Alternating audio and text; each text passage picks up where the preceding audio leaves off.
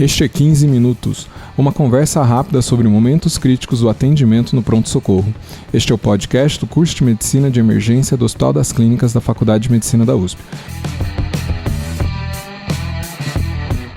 Sou o Dr. Júlio Marchini, supervisor da Residência de Medicina de Emergência, e neste 7º episódio está comigo a doutora Sabrina Ribeiro, responsável pela unidade de cuidados intermediários do pronto-socorro deste serviço. Tudo bem, Sabrina? Olá, Júlio. Vamos falar de uma coisa que eu acho que todo mundo acha que domina, que sabe muito bem, mas que na hora de ver os detalhes, as pessoas se enrolam. Derrame pleural.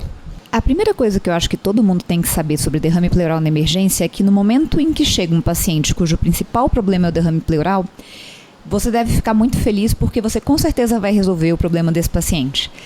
O derrame pleural é uma excelente oportunidade de você tanto dar o diagnóstico como o controle de sintomas ao mesmo tempo em uma consulta de emergência. Só que a queixa não é essa. O paciente, não, geralmente, a não ser que seja referenciado, não chega falando, eu tenho um derrame pleural. Então, você vai pesquisar essa hipótese em pacientes com dispneia, desconforto respiratório, dor pleurítica, tosse prolongada, febre, perda de peso. Geralmente é uma alteração que você suspeita no exame físico e encontra na radiografia de tórax.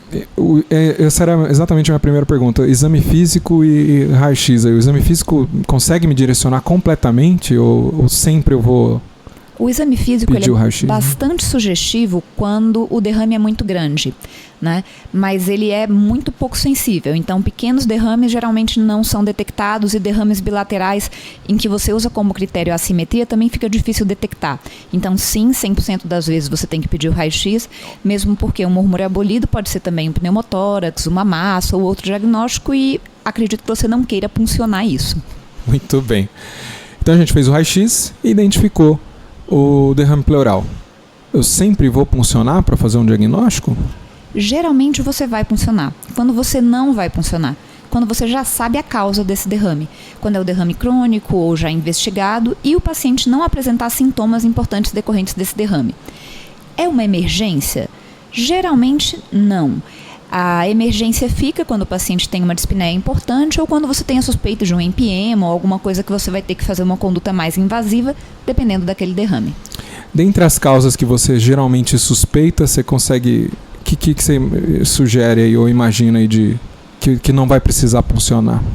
Principalmente insuficiência cardíaca, insuficiência renal, pacientes com hidrotórax hepático. Geralmente são pacientes com doenças já conhecidas e derrames de repetição. O tratamento para esses derrames é o tratamento da doença sistêmica. Tem a pérola sobre a insuficiência cardíaca com derrame pleural, principalmente à direita. O que é a tua opinião disso? Isso condiz com a realidade mesmo? Ou quando o derrame é à esquerda, você suspeita que não? Geralmente o derrame associado à insuficiência cardíaca, no raio-x ele pode até parecer unilateral, mas na tomografia ele geralmente é bilateral. O ultrassom que pode ser usado também é um exame bastante sensível, que consegue detectar quantidades de até em torno de 50 mililitros. Então, assim... Um paciente com uma insuficiência cardíaca e suspeita de infecção ou suspeita de uma neoplasia ou síndrome consumptiva deve ter seu derrame puncionado independente de qualquer coisa. Um paciente com insuficiência cardíaca sozinha e um derrame unilateral, você pode puncionar e você pode tratar e observar. Unilateral, algum lado aí para preferenciar isso? Não. Então, na vida você acha que não tem muito essa... pérola aí da insuficiência cardíaca direita? Mas é uma resposta, eu acho. Não é uma resposta, estudei isso ontem e tenho certeza que é assim.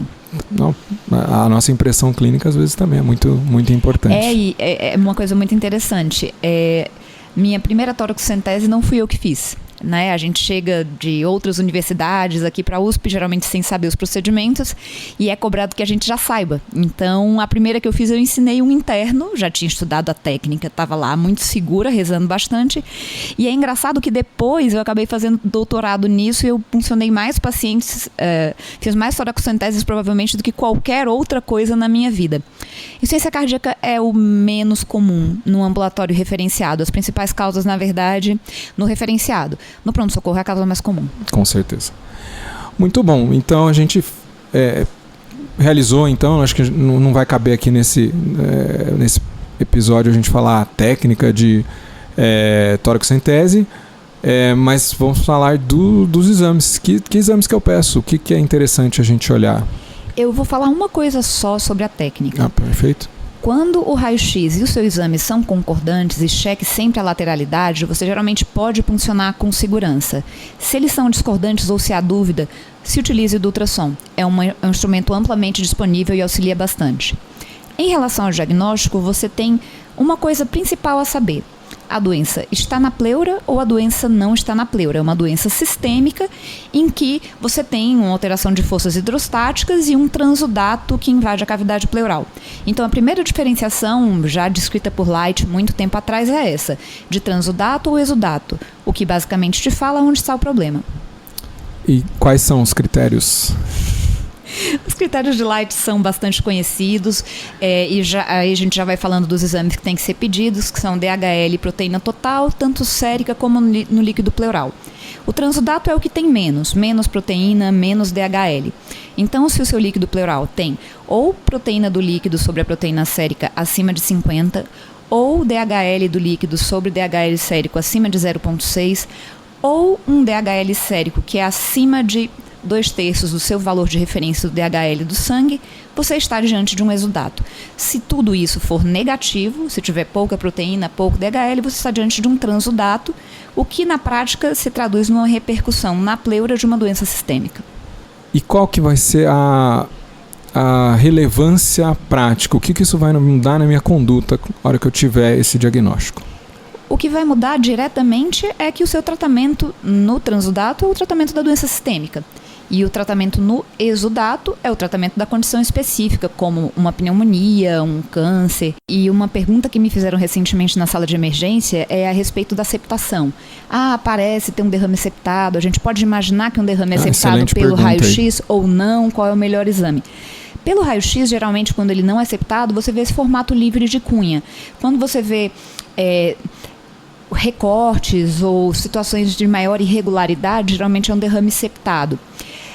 No raio-x, isso pode ser visto, na tomografia pode ser visto, especialmente com contraste, a pleura é melhor vista com contraste, mas no ultrassom é maravilhoso de ver. Você consegue ver aderências, septações, o líquido, se ele é bem hipocogênico, se ele tem algum tipo de resíduo, de flutuação, e isso é muito fácil de ver no ultrassom. Bom, além da toracocentese diagnóstica, a gente pode fazer também um procedimento de alívio. Qual que é a indicação desse procedimento? Sintoma, principalmente sintoma. A toracocentese de alívio, ela é às vezes indicada mesmo nos casos de doença sistêmica, quando você tem efeitos colaterais do tratamento. Uma situação, por exemplo, relativamente comum é o paciente cirrótico que tem uma piora de função renal quando otimizado diurético. Muitas vezes a gente recorre à paracentese e à toracocentese para poder aliviar esse sintoma, esse líquido, sem ter tanta repercussão sistêmica. Ou paciente com câncer, talvez, com dispneia. Alguns cânceres são muito quimiorresponsivos, outros são muito menos. No câncer, sim, câncer de mama, câncer de pulmão, a pleurodese tem uma indicação muito boa no derrame recidivado. E uma coisa muito interessante é que, tradicionalmente, só se indicava pleurodese no pulmão expandido. E um trabalho do nosso serviço, do Ricardo Terra, na verdade, da cirurgia torácica, falou exatamente disso, que a pleurodese também pode ser feita com expansão parcial, com resultados equivalentes. Interessante. Tem um limite que eu posso tirar dessa toracocentese, em analogia à paracentese? Esse edema de reexpansão, para mim, é meio que nem unicórnio. Todo mundo fala que tem, mas eu nunca vi e nunca experimentei. O que se faz, geralmente, no ambulatório da pleura, onde o paciente muitas vezes tem um derrame que recidiva com frequência, e você sabe que quanto mais você mexe na cavidade pleural, mais você ativa o processo inflamatório e mais septado o líquido tende a ser. A gente geralmente limita por sintoma, mais do que por um valor, enfim, específico. Então, em vez de usar 1,5 litro, 1,8 ou 2 litros, acho que 2 litros tá ok. É razoável. Quando o paciente começa a ter dispneia, tosse ou dor torácica, a gente primeiro diminui o gotejamento do líquido e depois interrompe se esse sintoma persistir. Assim, fazendo dessa forma, pelo menos umas 15 ou 20 toracocenteses que eu já fiz ou já acompanhei instruindo, a gente já tirou mais do que 2 litros sem nenhum problema. Mas, novamente, experiência pessoal é pessoal, existem relatos na literatura, mas não é comum. Muito bem. Tem algum cuidado depois que eu fiz o procedimento? Eu fiz uma toracocentese diagnóstica, o que a pessoa tem que se atentar? Se a toracocentese não teve nenhuma intercorrência, você não precisa fazer radiografia de controle, não precisa fazer nada, dar alta e orientar sobre sinais de alarme. O curativo ele é local e pode ser retirado já no banho, é simplesmente um furinho de punção. Perfeito. Eu imagino talvez acadêmicos ou residentes em início de treinamento, talvez valha a pena fazer esse raio-x no final do procedimento, hein? Não por mesmo trabalho, assim? mesmo assim. A gente não costuma fazer mesmo se ele é acompanhado de uma forma adequada. Eu acho que talvez seja importante, já que a gente falou da diferença de exudato e transudato, só falar de uma pequena diferença a mais. Por favor. Do exudato neutrofílico ou linfocítico. O seu próximo degrau do diagnóstico depende da celularidade que predomina. Então, o paciente com líquido neutrofílico geralmente é um parapneumônico. Linfocítico, as nossas principais causas são tuberculose, que não entra nas estatísticas americanas, mas para nós é muito comum. Extremamente. Exato, e câncer. E aí, abrindo a sua chavinha do linfocítico, você pede adenosina deaminase, que geralmente não é muito encontrada, mas que nos serviços maiores a gente consegue ter. E no Brasil, em que a gente tem uma prevalência alta de tuberculose, o achado de um líquido linfocítico com ADA alto já te permite tratar empiricamente. Muito bem. Isso aí direciona também pedir pesquisa de células neoplásicas? Isso ajuda? É sensível, específico? Já que a gente entrou nesse assunto. Pesquisa de células neoplásicas depende muito do serviço também, depende muito da qualidade da amostra. A sensibilidade varia em torno de 60 a 90. O que é o ideal? É centrifugar todo aquele que tirou? Às vezes se você tem um volume alto? O ideal é que você mande o máximo de volume possível, porque ele pode ser inclusive centrifugado, embocado, dá para fazer várias coisas. E se você tem a suspeita, por exemplo, de uma neoplasia hematológica, alguma coisa, se você tiver disponibilidade, você pode mandar o próprio líquido pleural para uma imunofenotipagem de linfócitos. Então você pode ter esse diagnóstico diretamente do líquido. Agora, o líquido pleural com pesquisa de células neoplásicas negativa, obviamente não exclui, e aí você pode progredir para biópsia pleural, que também tem mais ou menos a mesma sensibilidade, ou para uma toracoscopia, que aí a sensibilidade é bem alta e já pode ser um procedimento terapêutico. Muito bem. Considerações finais? Derrame pleural é um achado relativamente comum no pronto-socorro e não puncionar um derrame num paciente sem diagnóstico é realmente um erro. A gente consegue, especialmente numa situação de dificuldade na saúde pública, muitas vezes a gente adianta muito a vida do paciente puncionando esse derrame. Então aqui no hospital a gente tem como nosso padrão, a não ser que haja algum tipo de contraindicação, e é importante lembrar que coagulopatia, INR abaixo de 2, plaqueta acima de 20 mil, não contraindica a toracocentese com agulha fina. A gente deve sempre fazer a punção. Perfeito. Muito obrigada. Bem. Doutora Sabrina, muito obrigado. Eu queria fazer um convite a todo mundo para conhecer o nosso curso. tiny.cc/emergência, tiny.cc/emergência. A gente está indo para o módulo 5 do curso, é o módulo emergências gastroenterológicas e gineco-obstétricas, é um módulo presencial, tá? Todos os outros módulos prévios estão sempre acessíveis na plataforma. A gente já teve o paciente na sala de emergência, emergências respiratórias, emergências cardiológicas e o módulo renal e metabólico.